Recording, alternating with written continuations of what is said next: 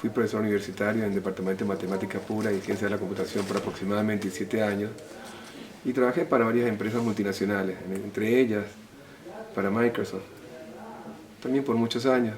De hecho, estando en Microsoft, me dieron la oportunidad de tomar otro posgrado en la Universidad de Harvard en marketing estratégico, strategic marketing. Después trabajé para la empresa Nobel. En aquel entonces el chairman, el CEO de la empresa era Eric Schmidt, quien hoy en día es el CEO de Google, más bien el CEO de Alphabet, la empresa paraguas que cubre Google. Y ellos, estando con ellos, también me brindaron la oportunidad de tomar otro posgrado en gerencia en la Escuela de Negocios de Babson. Eso digamos en cuanto al background académico profesional. La realidad todo eso son herramientas para la vida que uno necesita, ¿no? Pero mi pasión obviamente es por el estudio de la Torá. Durante el día estudio horas en las mañanas en un colel, estudio también en la noche. Y in between, entre días y la noche, dedico mi tiempo todavía en computación. Los últimos casi 10 años he trabajado para muchas empresas multinacionales, pero a nivel de consultor independiente, y he desarrollado un software que es un robot que escribe software. Quiere decir, después casi ya son 30 años de experiencia en el trabajo en esta industria, uno nota que un gran porcentaje de los programas de computación que utilizan las empresas, probablemente más de un 80%, tienen el mismo tipo de esquema, el mismo tipo de patrón. Son sistemas de información en los cuales normalmente se almacena datos en la base de datos, se modifican eventualmente, se borran algunos de ellos eventualmente y se sacan reportes. Dado que eso sigue un patrón muy similar, creamos un robot que, tomando como entrada ciertas características específicas de cada una de las empresas, puede crear en forma automática, producir sistemas de computación. Más o menos, para tener una idea, estamos hablando de escribir cerca de 100.000 líneas de programa en más o menos 9 a 10 segundos. Obviamente no es magia, no quiere decir esto que un robot ya puede escribir cualquier programa para cualquier empresa. Para específicamente los sistemas de información, que probablemente son cerca del 80% de todos los sistemas, es válido. E incluso dentro de ellos, un 70% se puede automatizar utilizando el robot y el restante 30% obviamente requiere trabajar manualmente y digamos, lo que respecta a las reglas de negocio muy específicas de cada sistema, de cada empresa, eso sí hay que hacerlo en forma manual. Entonces, es la parte profesional. En la parte principal, la parte de Torah, yo tuve el honor, gran honor y la suerte de conocer al doctor Isaac Betesh y al Rabbi Yosef Yagen cerca de 21 años atrás. Y desde ese entonces, obviamente incrementé, por no decir comencé realmente a estudiar Torah, y específicamente, además de estudiar, por supuesto, leyes, halajot, Gemara, además de estudiar lo que es el mainstream de la Torah, he dedicado también mucho tiempo a estudiar la parte que refiere a conocimientos científicos de la Torah y siguiendo obviamente el camino que diría mi maestro, el doctor Betesh, he logrado también hasta cierto punto replicar, guardando muchísimo las distancias, esas clases en otros países. Específicamente como vivo en Estados Unidos, el gran porcentaje de clases que había son en Estados Unidos, en inglés o en castellano, a muy diferentes tipos de público. A veces son estudiantes universitarios, a veces son adultos, a veces son latinos, a veces son americanos, a veces son israelíes que están de pasada o de cualquier parte del mundo. Vivo en Miami Beach y Miami Beach se ha convertido como en una parada de escala para todos, un hub, como se llama un hub. Usted mencionaba varias de las áreas. Realmente la Torah no es un libro cuyo objetivo principal es enseñar ciencia. La Torah es, para entender un poco qué es la Torah, para nosotros es común encontrar que cuando alguien quiere adquirir un producto nuevo, un servicio incluso, cualquier producto o servicio viene con un manual de instrucciones, un manual del usuario. Así sea un pequeño juguete que uno regala a un niño de 6 años y las instrucciones son simplemente introduzca 2 baterías AA y presione el botón de off a on, muévalo, requiere un manual, es normal. Entonces, por supuesto, este mundo, que es un poquito más complejo que un juguete de este estilo, requiere un manual. Ahora, mientras que esas instrucciones son explicadas en la Torá, en numerosas oportunidades, entre comillas, de paso, tiene que tomar puntos que en algunos casos tiene que ver, por ejemplo, con conocimientos científicos muy específicos, como los que usted mencionó.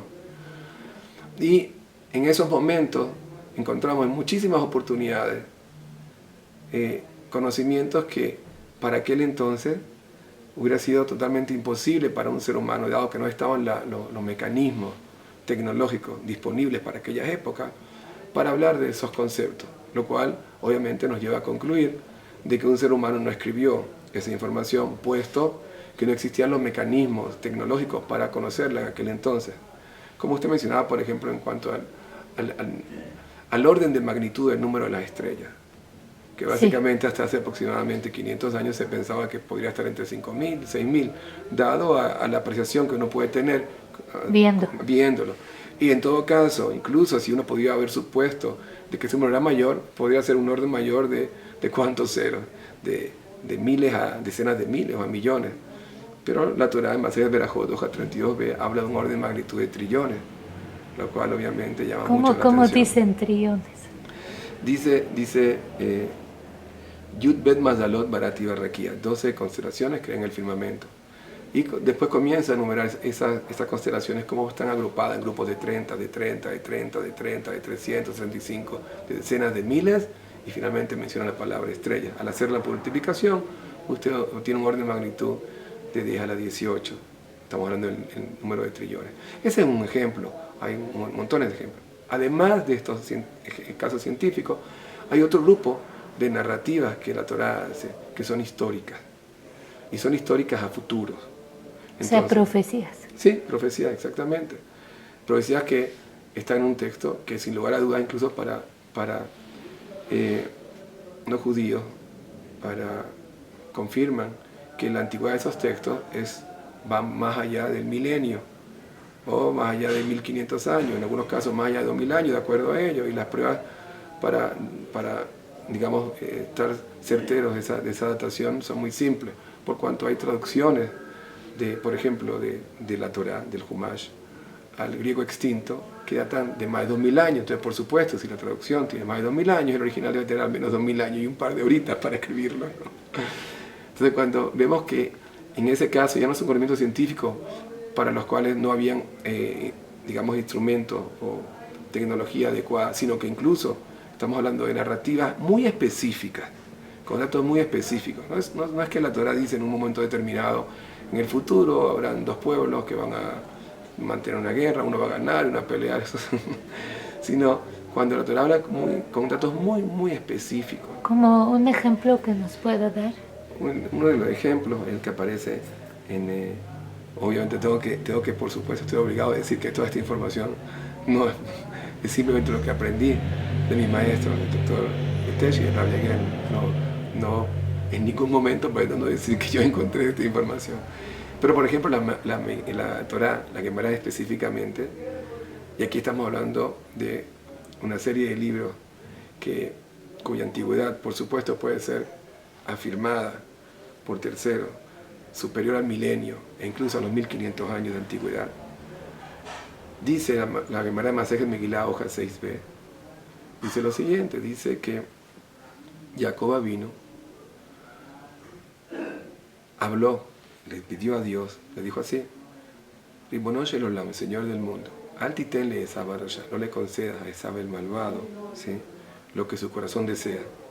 Estoy parafraseándolo, pero realmente podían constatarlo. Si van a la referencia original, en Megilá 6b, que no hay ninguna palabra alterada, no hay.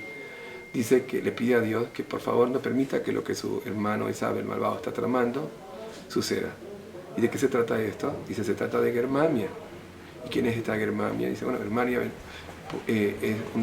está constituida por una agrupación dice textualmente, Tlat Mea. Tlat es en arameo 300. Es como en árabe. Exacto, muy parecido. 300 principados que, digamos, que si llegaran a salir los planes, podrían destruir el mundo.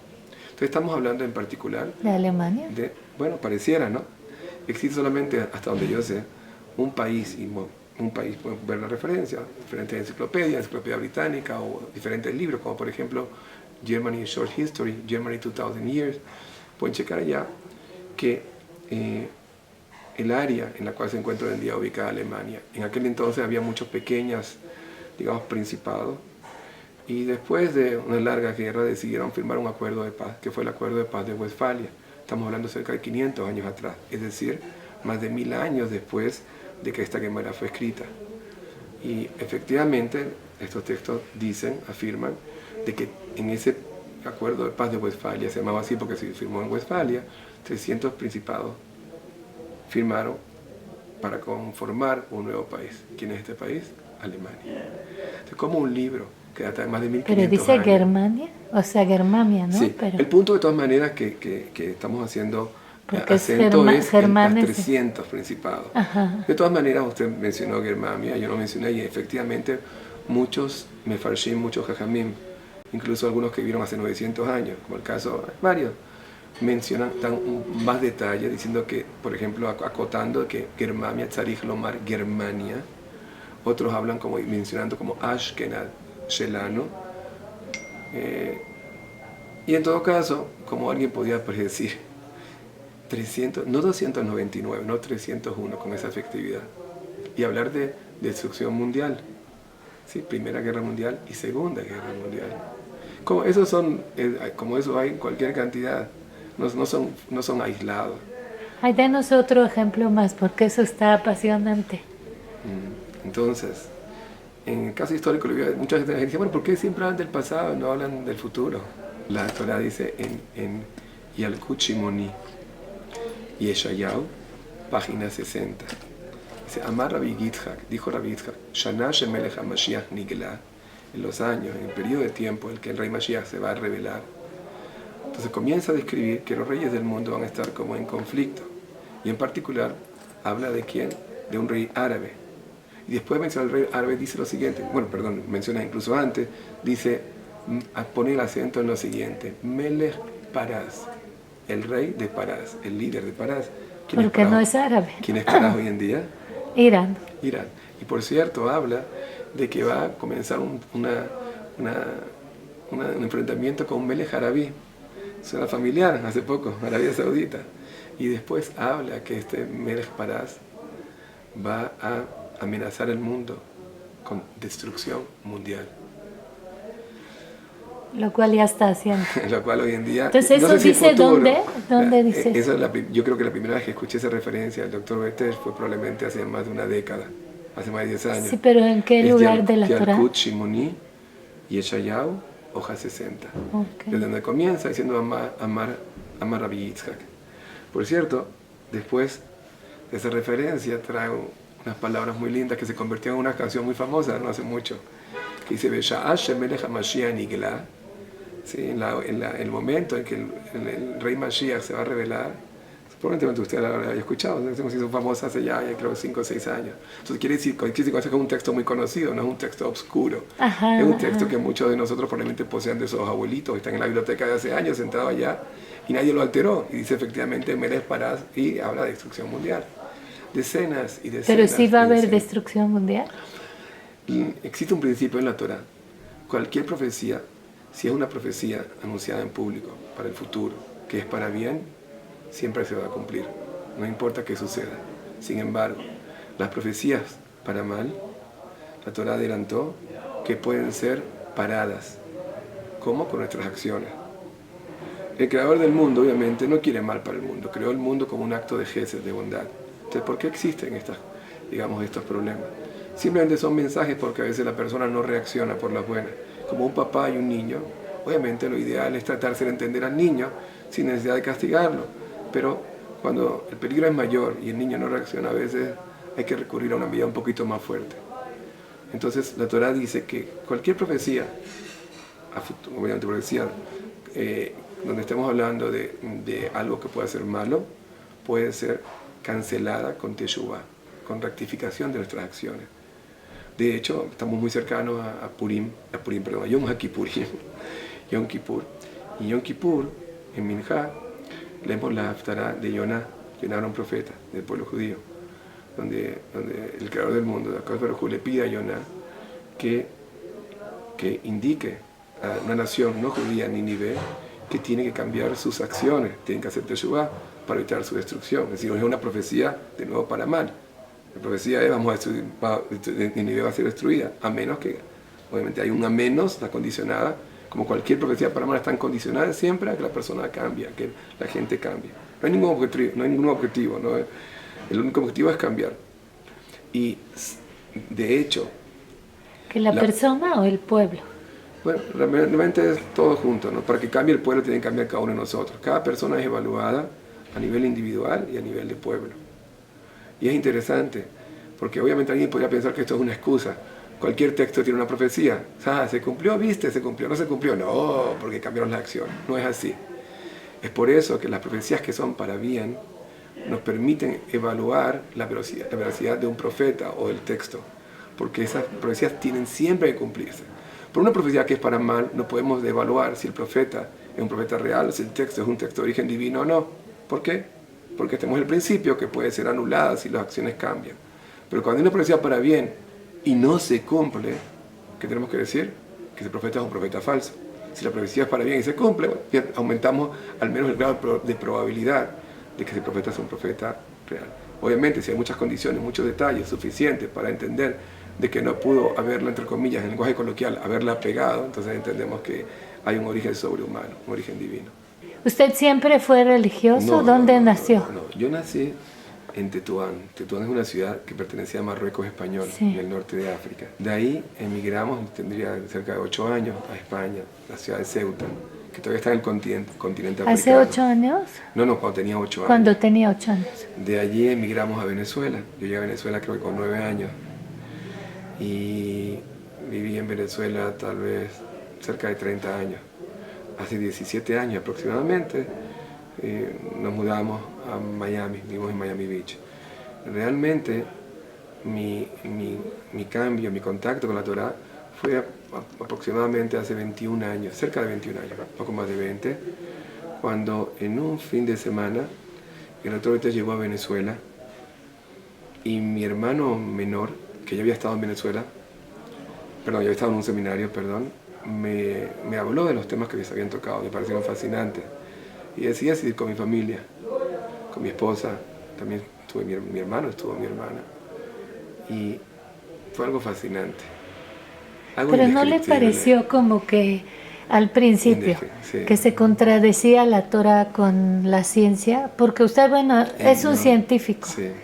Entonces, y siempre ha sido un científico. Sí, correcto. Entonces muchas veces los científicos encuentran que hay una contradicción. Sí, bueno, la realidad es la siguiente, que ahí está justamente lo fascinante de la información mostrada por el Dr. Betesh.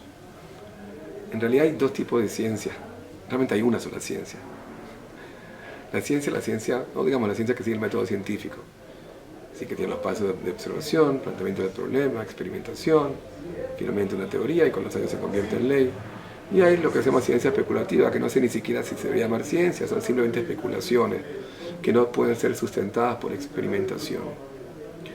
Hasta la fecha al menos, no creo que se haya encontrado algún postulado científico que sea una ley demostrada ampliamente con argumentos experimentales que contradiga ningún punto de la Torah.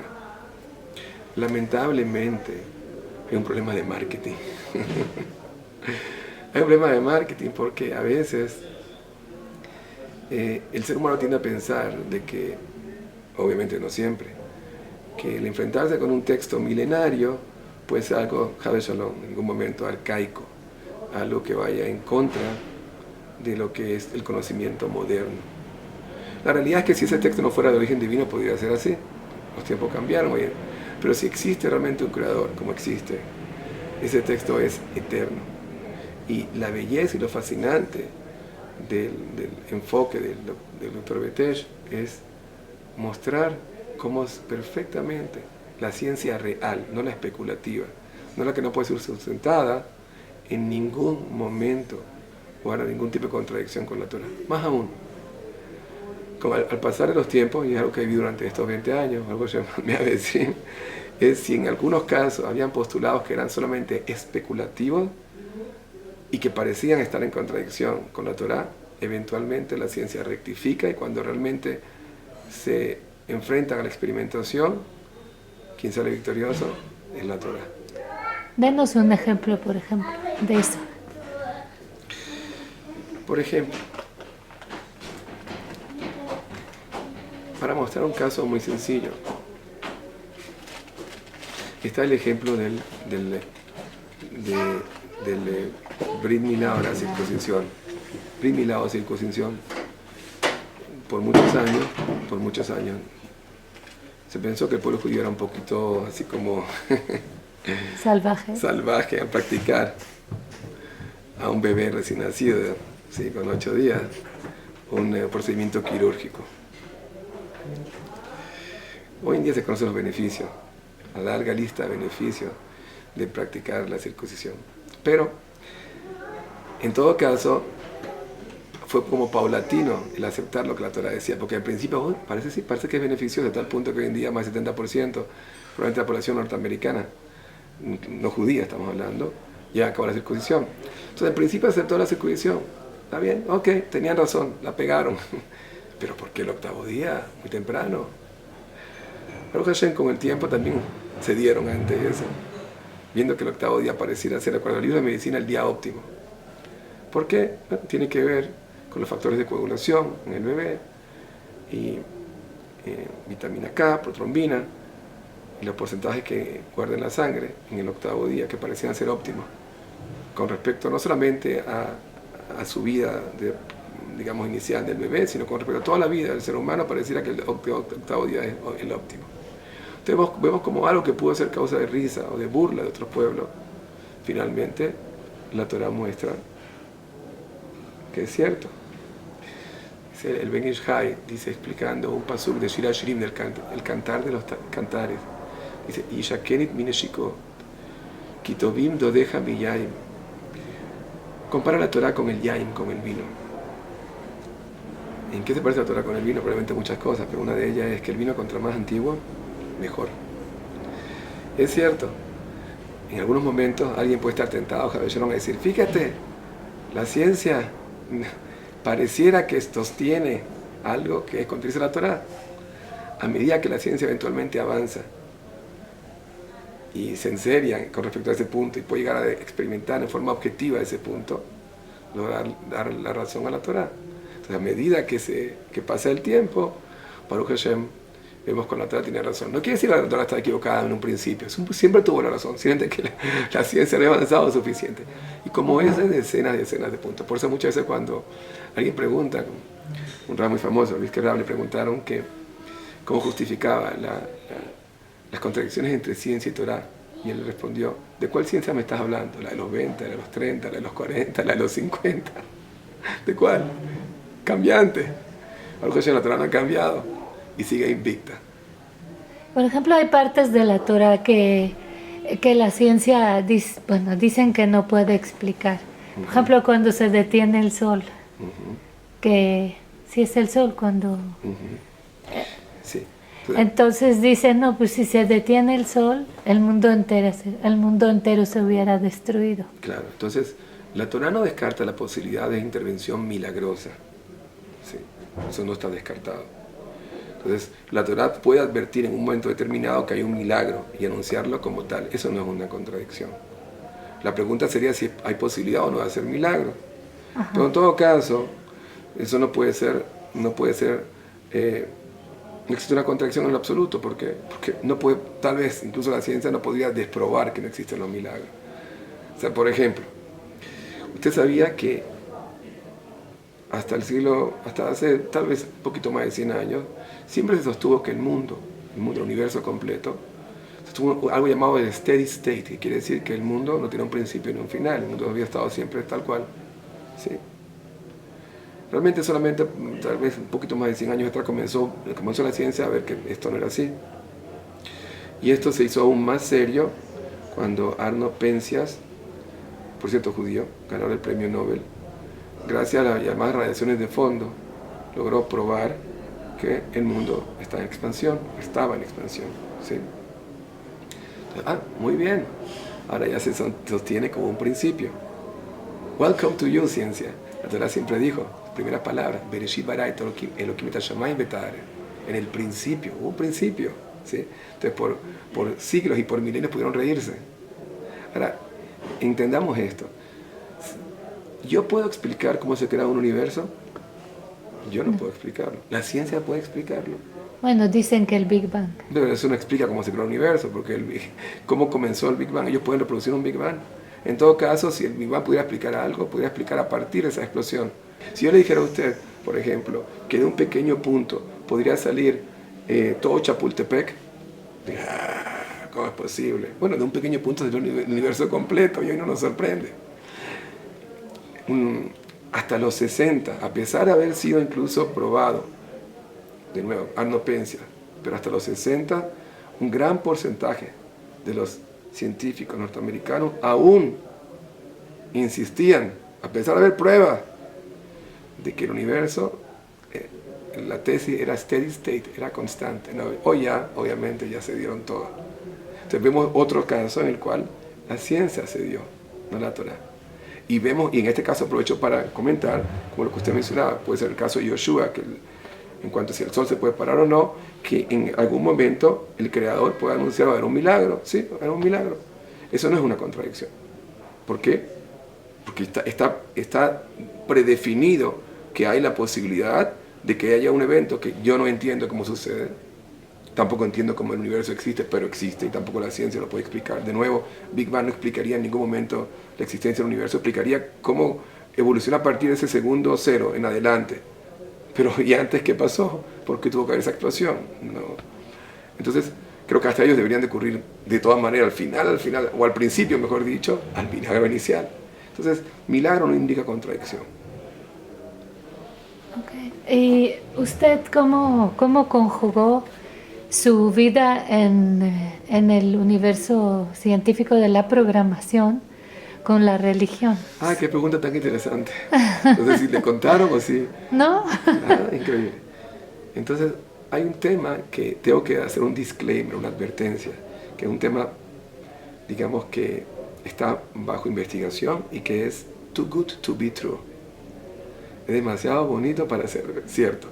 Y a mucha gente le hierve la sangre cuando escucha el tema, y mucha gente comienza a decir, no es cierto, no es cierto, no es cierto, fíjate este estudio, aquí se contradijo las cosas, y aquí la gente ya probó que es mentira, que es el tema que refiere a lo llamado Torah Codes, los códigos de la Torah. La Torah informa en varios lugares, específicamente en Pirkei Avot dice, Afoch ba ve Afoch ba de Kula ba, busca y rebusca, para adelante, para atrás, invierte, revierte. Vas a ver que toda la información todo está escrito en la Torah. Hay diversas metodologías. Obviamente en forma explícita, la Torah no habla, por ejemplo, de un suceso actual. ¿Sí? Sin embargo, ¿qué ocurre? Existen metodologías para buscar información en la Torah. Por ejemplo, el Rav Moshe Cordovero, quien el Arizal, en el Spet del Rav Moshe Cordovero, llamó su Rab. Estamos hablando de cerca de 500 años atrás. Él indicó en uno de sus libros, una de las metodologías se llama Diluk Otiyot, salteo de letras. No al azar, no sopa de letras, no. Una metodología algorítmica que puede ser programada para buscar información. ¿Qué es esto?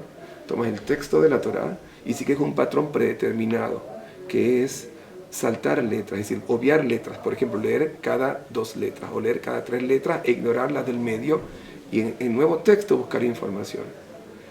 Entonces, hay estudios muy interesantes realizados a ese respecto, y Baruch Hashem, la primera vez que observé el fenómeno fue el doctor Betesh, y eventualmente, años después, el Rabbi Yosef Yagem, Sheikh, logró ponerme en contacto con uno de los matemáticos, principales matemáticos del mundo, para mí, probablemente sea el principal, y no pretendo ser subjetivo. De hecho, es un señor que ganó el llamado Erdos, el premio Erdos de matemática, el principal premio matemática de la sociedad israelí, probablemente del mundo, y su nombre es Eliyahu Rips, un yehudí que en principio era secular, que Baruch Hashem es una persona hoy en día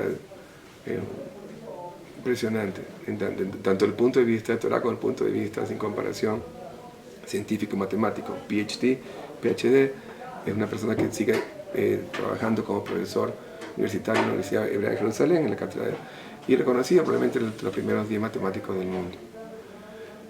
Entonces, a través de ese contacto inicial, casi que por medio de 1 o 2 veces al año, estoy en conversación con él, y él dice, él trae nuevos esquemas de búsqueda de información y obviamente él es el genio, yo simplemente hago la programación para tratar de implementar sus ideas. Y Baruch Hashem han habido encuentros realmente muy llamativos. Digamos que muy llamativos por decirlo menor.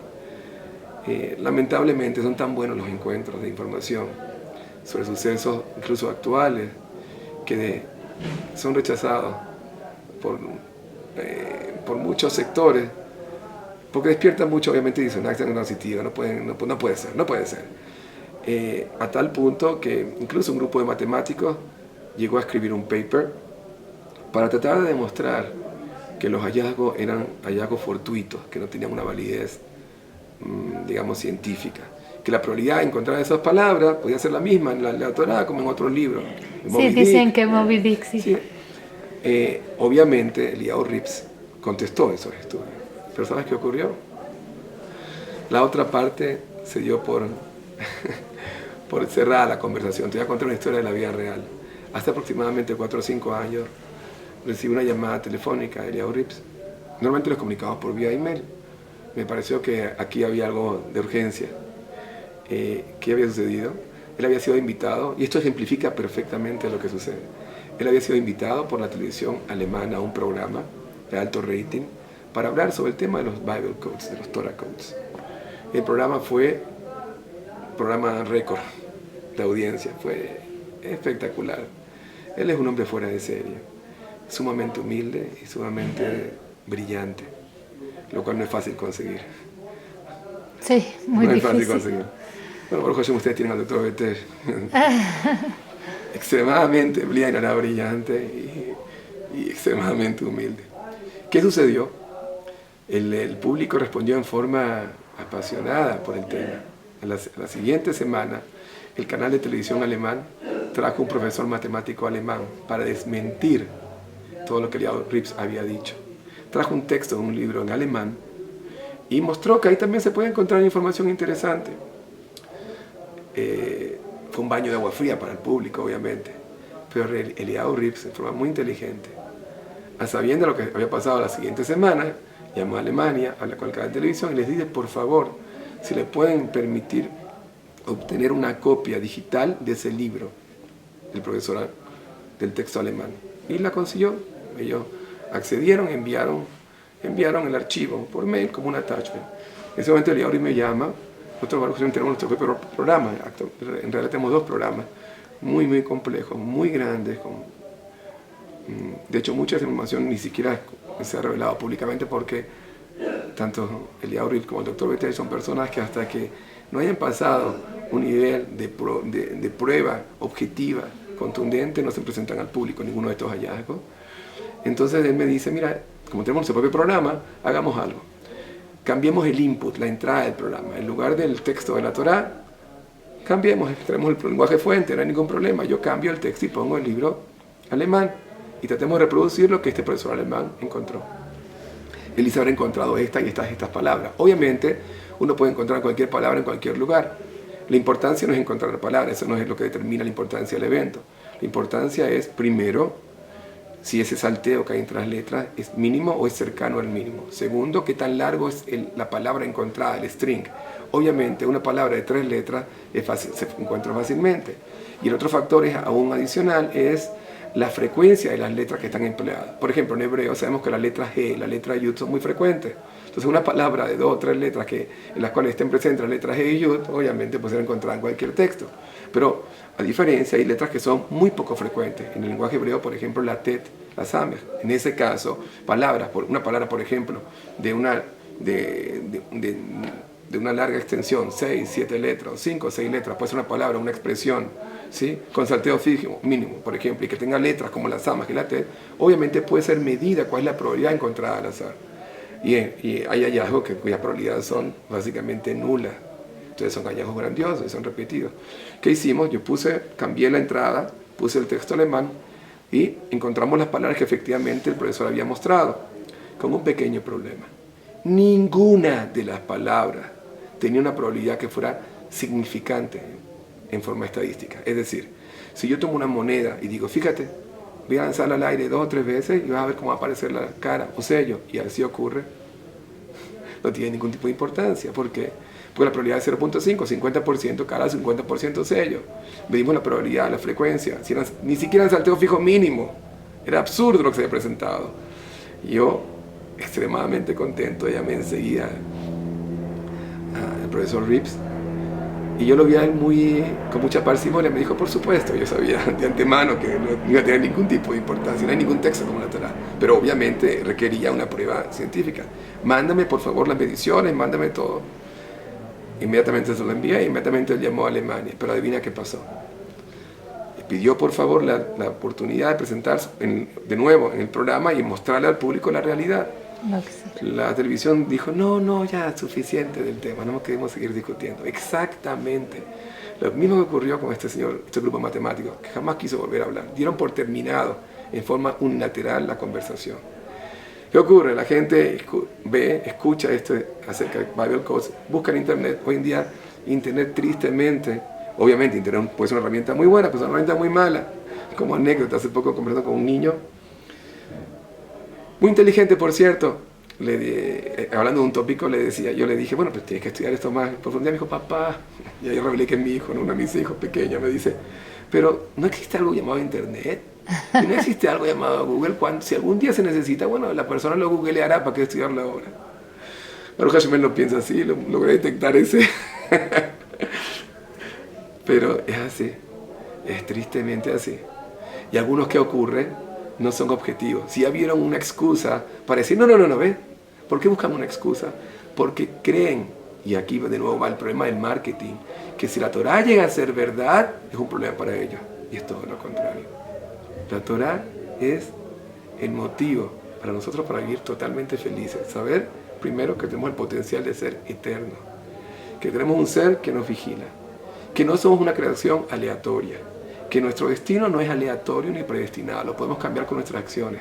Que hay un manual de instrucciones, ¡qué maravilla! Tenemos que estar saltando. Lamentablemente la gente tiene una visión totalmente falsa. Piensan, por ejemplo, la Torá es un libro de prohibiciones, la Torá es un libro de castigo, Shabbat, hacer Shabbat. No puedes hablar por teléfono, no puedes montar un carro, no puedes tener la televisión. Yo te voy a contar algo. Es cierto, hay un problema en Shabbat, pero el problema no es ese. El problema no son las cosas que no se pueden hacer. El problema es que hay tantas cosas espectaculares que hacer que un día no alcanza. Un día en el cual estás obligado. No hay manera de que ninguna emergencia del trabajo te pueda interrumpir. No hay texto, no hay teléfono. Estás obligado a compartir con tu familia. Obligado a disfrutar de tus hijos, a cantar, a una comida espectacular, a tener invitados, a compartir. ¡Qué increíble! ¿Quién no quiere eso? Yo no estoy pensando qué no puedo hacer, estoy pensando que el tiempo no me alcanza para todo lo que quiero hacer. Sí, es súper interesante y porque realmente sí hay científicos que, por ejemplo, dicen que el Dios que aparece en la Torá es un Dios cruel, como en el caso de los egipcios que mató a los primogénitos, por ejemplo. Y también... Yo te quiero hacer una pregunta. Supongamos que yo compro un automóvil, un Lexus, no sé si hay Lexus en cualquier marca, ¿sí? Yo compro el Lexus y entonces el Lexus viene obviamente con las instrucciones y dice, esta es la presión para los neumáticos y esta es la gasolina y este es el aceite adecuado, este es el nivel de tal. Ahora yo hice una gran inversión en ese carro, gasté $40,000 por ejemplo, pero yo decido no seguir las instrucciones y como consecuencia, ¿qué ocurre? El carro se echa a perder, se quema la máquina. ¿Yo podría decir que la Lexus es una empresa cruel? No. La Lexus tiene la mejor disposición del mundo. Bueno, digo Lexus, espero. Hizo un carro, me dio las instrucciones. Yo no seguí las instrucciones. En ningún momento, la Torá dice, sigue esta instrucción y te voy a castigar por seguirla, no. La Torá te pone instrucciones, y dicho sea de paso, no porque Dios las requiera. Un Dios que requiera de nosotros no es un Dios. Dios es Kaviahol, sin comparación, el ingeniero que creó el mundo y te dio el manual de instrucciones. La persona no es castigada, la persona se castiga a sí misma cuando ella misma no sabe seguir una instrucción que es para su bien. Si la persona decide ponerle agua con azúcar porque es más barato que gasolina, ¿A quién puede culpar? ¿Sí? Si no digamos egipcio, cualquier persona quiere castigar a otro pueblo y quiere esclavizarlo, cuando no es permitido, y eso va a conducir. No es permitido, fue una novedad de los judíos, ¿no? Porque sí era permitido. Bueno, de la misma manera que un pueblo X, egipcio, el que sea, si él se cree con derecho a esclavizar a otro, esclavizar significa incluso matarlo si no sigue sus reglas unilaterales, entonces ¿por qué del otro lado no puede ser cierto que él merezca ser castigado también? Tal vez él a su vez sea el esclavo de un ser superior. Entonces, si él valida el concepto, en todo caso, sin comparación, de que hay la posibilidad de tener un máster y un slave, y él es el máster y el slave es el pueblo judío, entonces tal vez él tenga también que validar, ¿sí?, de acuerdo a los momentos de ellos, no el momento mío, la posibilidad de que efectivamente hay otro máster que también quiere que él, como su esclavo, siga las leyes, y no las siguió. Y usted Pero dicho sea de paso, incluso mi propia Torá habla de la hija del faraón, ¿sí?, de Batia. Sí. Y cómo Batia sí siguió las instrucciones y se convirtió en alguien ejemplar para el pueblo judío. Batia significa hija de Dios. Claro. Entonces, es un problema de instrucciones, de seguir las instrucciones, no de castigar. La persona se autocastiga cuando no sigue las instrucciones, que fueron puestas como su ayuda.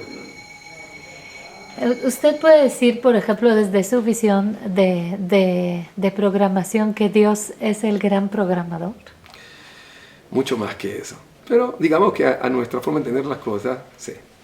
Jamás en la vida yo podría pensar el programa más sencillo que hoy en día existe. La comunicación se ha vuelto muy compleja. Hoy en día un programa de los que, por ejemplo, nosotros generamos puede estar escrito en 14 o 15 lenguajes o ambientes diferentes, un solo programa. Y puede constar, yo tengo programas que tienen fácilmente más de 600.000 líneas. Y no hacen gran cosa, la verdad. No crean un mundo, no hacen planta, no hacen nada. Simplemente es para llevar a lo mejor una contabilidad, una transacción muy específica de una compañía. Jamás se me ocurriría pensar, si encontrara el archivo con 600.000 líneas, que se hizo al azar. Jamás. Y créeme que ese archivo no hace absolutamente nada en comparación con la información que existe en una semilla para crear un árbol.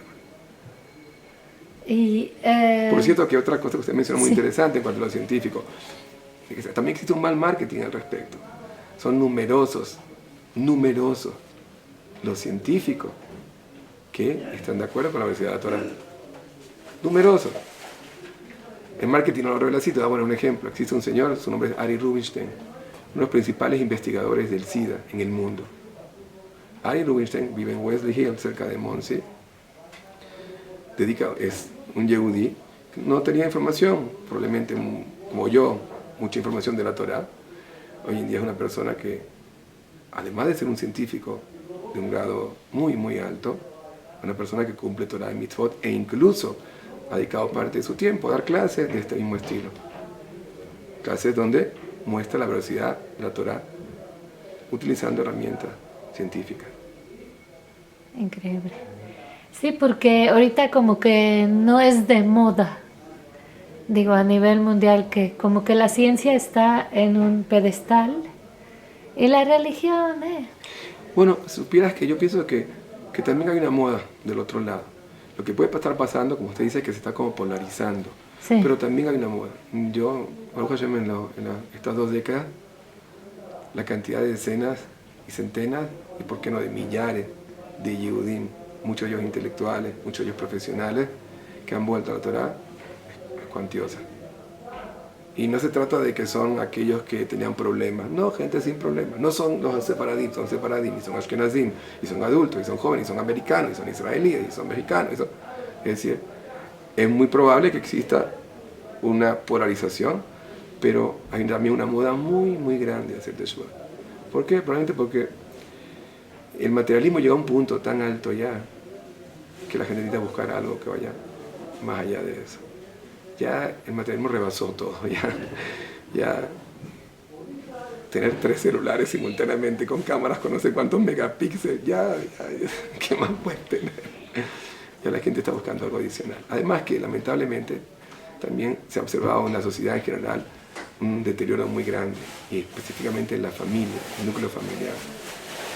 Sí, cosa que obviamente ha afectado a muchos sectores, tal vez a todos los sectores, pero no en la misma proporción. Y obviamente yo pienso que una familia donde existe el concepto de un creador, de un respeto a un creador, que conlleva también un respeto a los hijos, a un padre y muchas otras cosas, las probabilidades de ese deterioro son muchísimo menores. Y ahora nos queda que nos explique lo del número pi. Yo realmente no sé por qué su hijo le comentó ese caso. Creo que él habló de eso porque lo vio en un slide en la presentación del Dr. Betesh. En la Torah existen a veces palabras que están escritas, en general en el Tanaj, de una manera y se leen de otra manera. Se conoce como Keriah y Ketivah. Entonces, por ejemplo, hay hu, que es he o he, ¿sí? Una palabra que se escribe con una vav, pero realmente se lee sin la vav, de alguna manera.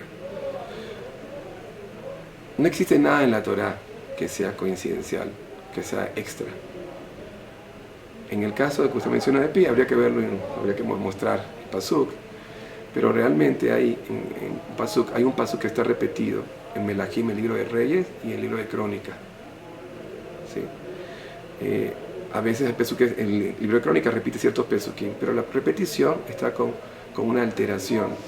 Y la alteración se encuentra en el pasuk que está describiendo un mikve que construyó Shlomo HaMelech. En ese mikve, si mal no recuerdo, se da a entender que el mikve era algo circular y digamos que la circunferencia tiene una longitud de 10 unidades. Creo que eran 10 unidades, serían 30 unidades. O en todo caso, lo que pareciera revelar la narrativa simple es que se estaría infiriendo de ahí que el valor numérico del número pi es 3. Ahora, eso obviamente dista del número 3.141592. ¿Cómo la Torah dijo esto? Realmente no es problema, la Torah no dijo en ningún momento que estaba dando una clase de matemática. Y simplemente para esa dimensión puede haber cierta hasta cierto punto, despreciar ciertos valores decimales. Pero en todo caso, lo interesante es que ese paso, cuando se repite, la palabra con la cual se está describiendo la circunferencia tiene un cambio, tiene una letra diferente. Esas dos palabras, cuando se comparan su valor numérico, que es la gematria, y se saca el radio, el cociente de ellas, y se multiplica por el número 3, que aparentemente es lo que se infirió inicialmente, que podría significar pi de acuerdo a este pasuk, da la mejor aproximación que para aquel entonces existía de la letra pi. 3.141. Ahora, obviamente, en este caso, eso no se está utilizando para demostrar que la Torah es de origen divino. No, pero resulta muy interesante como hasta qué punto cosas que parecían a lo mejor sin importancia, el repetir un pasuk y cambiar una letra en la palabra, tienen información interna. Uno podría inferir tal vez de esto que la Torah sabía efectivamente que 3 no era el valor. ¿Y cómo lo manifestó? Repitiendo el pasuk y haciendo variar una letra que dan la mejor aproximación para aquel entonces al ver el cociente, ¿sí? Pero utilizó acá ese número porque a fines prácticos, ¿sí? Para las dimensiones que estamos hablando era más que suficiente. Es decir, si una señora quiere construir una bañera y le habla con el arquitecto, le dice, bueno, cuando quiera la bañera, bueno, que cubra esta área, como unos 2 metros. Pero realmente a lo mejor el espacio cabía 1.9875, si está bien, pero para fines prácticos. No estamos, la Torah nos dijo el valor de pi es este. Sin embargo, con todo y eso, resulta fascinante cómo está insinuado una aproximación tan buena para aquel entonces del valor de pi. Usted dijo hace rato que si Dios existe, lo cual sí, yo sé que sí existe. ¿Cuál es para usted la prueba definitiva de que Dios existe? Hay muchas pruebas. Pero para usted, ¿cuál es la más? Realmente yo creo que dependiendo del estado de cada persona, una prueba puede ser más valiosa que la otra. Es muy posible que para un científico secular, en principio, el mostrar conocimiento científico, y más aún si tiene que ver con su área, sea muy atractivo en un principio, lo puedan atraer. ¿Sí? Tira Torah Hanoch la nada al pidar ko. Hay que buscar a quién, ¿de acuerdo? Entonces, para él puede atraerlo de esa manera. Para un historiador, tal vez una profecía futura, o sea, wow, fascinante. Mientras que hablar de galaxias, hablar de estrellas, no tenga... Pero una vez que la persona comienza a entender que este libro, esta base del judaísmo, fue creada por un ser humano, no por un ser humano, por algo sobrehumano, comienza a haber muchas otras pruebas en el día a día de cada uno, que a lo mejor no eran tan atractivas en un principio, pero que a lo mejor, para mí específicamente, hoy en día, que ya vi esas pruebas, que ya vi esa información científica, histórica y todo lo demás, y computacional, hay algo que se llama la Ashgaha Pratit, la supervisión divina. Los hechos que constantemente rodean a la persona, que muchas oportunidades nos sorprenden por parecer casualidades que no tienen sentido. ¿Cómo puede ser tan casual? Estaba pensando en esto y fulanito y estaba pensando en él, y un montón de sucesos que ocurren en la vida de cada quien, que en una oportunidad, creo que fue Linus Pauling, un científico famoso, al darse cuenta... ¿Cómo se llama? Creo que fue Linus Pauling, si mal no recuerdo. Creo que trató incluso de dar una nomenclatura científica, habló de algo que él llamó siones, porque hay casos tan evidentes de las casualidades que no pueden ser, que trató de crear una especie de modelo en el cual utilizó elementos que no puede probar que existan y simplemente le dio un nombre para tratar de decir que a lo mejor estos elementos invisibles que algún día serán descubiertos transmiten información por otra dimensión que hace posible estas casualidades. Creo que tiene una buena imaginación, pero la Ashgaha Pratit, el ver la mano de Hashem en nuestras vidas, es algo tan reconfortante y algo tan bueno para sentir que no es que solamente Dios existe y creó el mundo. Dios está presente en nuestras vidas en todo instante. No importa dónde estemos, no importa en qué momento, no importa que estemos encerrados en un cuarto, dentro de un cuarto. Si la persona abre los ojos y quiere ver a Hashem, y esto no es que tenga nada en contra de filosofía, es algo que puede hasta ser cuantificado. Obviamente no. ¿Cuantificar? Yo creo que sí. ¿Cómo? De nuevo, yo no esperaría ni trataría de comenzar con una persona totalmente secular o agnóstica utilizar un argumento de este estilo. No, yo entiendo que es difícil, ¿sí? Que es difícil, porque como tú bien capturaste, cuantificar algo es algo ya, medirlo no es tan sencillo, ¿sí? Pero una vez que uno pasa ese filtro de cosas que sí son más objetivas dentro del lenguaje científico, histórico, de cualquier otra índole a la cual la persona está relacionada y da el paso, comienza a hablar de otra cosa. Es decir, a lo mejor mostrar la belleza de la física nuclear a un niño con argumentos de física nuclear, va a decir, no, qué cosa tan... Y hay que recurrir primero a la matemática básica, a la aritmética y después... Eso no quiere decir que la matemática básica sea más fascinante que la física nuclear. No. Simplemente que al nivel que este niño está, las herramientas que uno puede utilizar son de ese estilo. Entonces, Baruch Hashem, la Torah tiene herramientas para todos nosotros. Si me preguntaras a mí, hoy en día, después de haber estudiado cualquier cantidad de pruebas de este estilo, y, by the way, dicho sea de paso, cada día se encuentran más y más sorprendentes, el sentir la presencia divina en toda la vida es algo... para mí en este instante, no pretendo en ningún momento tomar a alguien que esté en otro estado y utilizarlo como un argumento, pero Baruch Hashem, hay un menú, un buffet completo en la Torah para cada quien.